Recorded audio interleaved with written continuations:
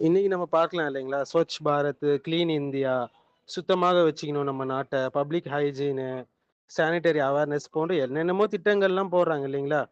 தூய்மையுடைய அவசியத்த நாங்க வலியுறுத்துறோம் என்றெல்லாம் சொல்றாங்க. ஆனா இதெல்லாம் இவங்க இப்பதான் செய்றாங்க. மனித சமுதாயத்திற்கு ஒரு தனி நபராக இருந்து தூய்மை, உடல் தூய்மை, ஆடையில எப்படி தூய்மையா இருக்கணும், வீட்ல எப்படி தூய்மைய மெயின்டெயின் பண்ணணும், தெருவை எப்படி தூய்மையாக வைத்துக் கொள்ளணும், பொது இடத்தை எப்படி தூய்மையாக வைத்துக் கொள்ளணும்னு சொல்லி ஒரு ஒருங்கிணைந்த வாழ்க்கை முறையை 1400 வருஷத்துக்கு முன்னாடி இஸ்லாம் நமக்கு கற்றுக் குடுத்துட்டு போச்சுங்க. அல்லாஹ் தூய்மையை விரும்புகிறான். இன்னல்லாஹு யுஹிப்புத் தவ்வாபீன் வ யுஹிப்புல் முத்தத்தஹிரீன். அல்லாஹ் நிச்சயமாக பாவ மன்னிப்பு தேடுவோரையும், தூய்மையை பேணக்கூடியவரையும் விரும்புறான்னு சொல்றான். இது ஒண்ணே போதும் முஸ்லிம்களுக்கு தூய்மையை பாதுகாக்க வேண்டும் என்று அவங்க முன்னேறுவதற்கு. தூய்மை என்பது உடல் நல பிரச்சனை மட்டும் கிடையாதுங்க. அல்லாஹ்வுடைய நேசத்தை பெறக்கூடிய ஒரு முக்கிய அம்சமாக இருக்கு. மேலும் அத்துஹூரு ஷத்ருல் ஈமான். தூய்மை என்பது ஈமானுடைய பாதி. சஹீஹ் முஸ்லிம்ல வரக்கூடிய ஹதீஸ். ஸல்லல்லாஹு அலைஹி வஸல்லம் சொன்னாங்க. "சியாபக ஃபதஹர்" என்று சொன்னாங்க. உங்கள் ஆடையை தூய்மையாக வைத்துக் கொள்ளுங்கள்ன்னு சொல்லி. இஸ்லாம் தூய்மையை ஒரு சமூக பழக்கமாக மட்டும் இல்லாம ஈமானோடு இணைக்குதுங்க. இதுதான் மெயினான மேட்டர். அடுத்து சாலையில தொந்தரவு தரக்கூடியதை அகற்றுவதும் சதக்கா என்று இஸ்லாம் சொல்லுது இல்லைங்களா? துமீத்துல் அதா அனி தரீக் சதகா. பாதையிலிருந்து மக்களை தொந்தரவு தரக்கூடிய பொருளை நீக்குவது, அகற்றுவது அதுவும் தர்மம் சொல்லுது. இன்னைக்கு தெரு சுத்தம், குப்பையை அகற்றுறது என்று பலர் சொல்லிக் கொள்கிறார்கள் இல்லைங்களா?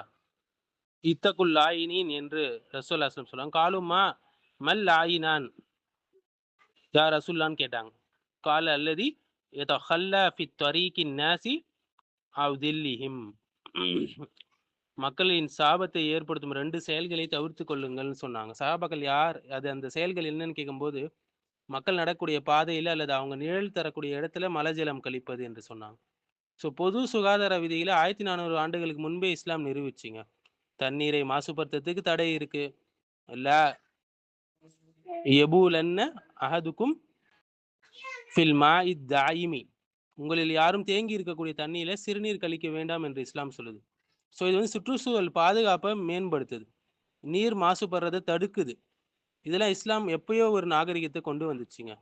அல் ஃபித்ரத்து ஹம்சுன். மேலும் ஃபித்ரா இயற்கை தூய்மை பற்றியும் நம்ம பார்த்துருக்கோம். நெறைய ஹதீஸ்கள் இருக்கு. இந்த உலகமே ஸ்வச் பாரத் என்று சொல்லுது இல்லைங்களா? ஆனால் இஸ்லாம் இதெல்லாம் எப்பயோ சொல்லி முடிச்சுட்டு போயிடுச்சுங்க. ஸ்வச் பாரத் அபியான் என்பது இந்திய அரசால அக்டோபர் 2, 2014 அன்று மகாத்மா காந்தியோட பிறந்த நாள்ல தொடங்கப்பட்ட ஒரு தேசிய தூய்மை இயக்கம். இதை கண்டு பல ஆக்டருங்க கூட என்ன செஞ்சாங்க? இதுல கலந்து கொண்டாங்க. இதுல முக்கிய நோக்கங்களாக என்ன சொல்லப்பட்டுச்சுன்னா, ஓப்பன் டெஃபெகேஷன் ஃப்ரீ. அதாவது திறந்தவெளி மலங்கழிப்பை எப்படியாவது ஒழிக்கணும். கழிப்பறைகள் அமைக்கணும். குப்பை மேலாண்மையை மேம்படுத்தணும். பொது இடங்களை சுத்தமாக வைக்கணும். சுகாதாரம் மற்றும் தூய்மை குறித்து விழிப்புணர்வு ஏற்படுத்தணும். நகரங்கள் மற்றும் கிராமங்கள்ல சுத்தமான சூழலை உருவாக்கணும். காந்திஜியும் தூய்மையை பத்தி சொல்லியிருக்காரு நெறையா இல்லைங்களா? Sanitation is more important then independence சொல்லியிருக்கிறார். சுகாதாரமும் தூய்மையும் சுதந்திரத்தை விட முக்கியம் சொல்லியிருக்காங்க. இது போன்ற நிறைய மேற்கோள்லாம் காட்டப்படுது. இதுல முக்கிய அம்சங்கள் என்னன்னா, சுத்தமாக வைத்துக்கொள்ளணும். பள்ளி, சுகாதார வசதிகள் இருக்கணும். பிளாஸ்டிக் கழிவுகள குறைக்கணும். பொதுமக்கள் பங்கேற்பை ஊக்குவிக்கணும். ஆ இது போன்றது அந்த ஸ்வச் பாரத்துடைய முக்கிய அம்சங்கள்.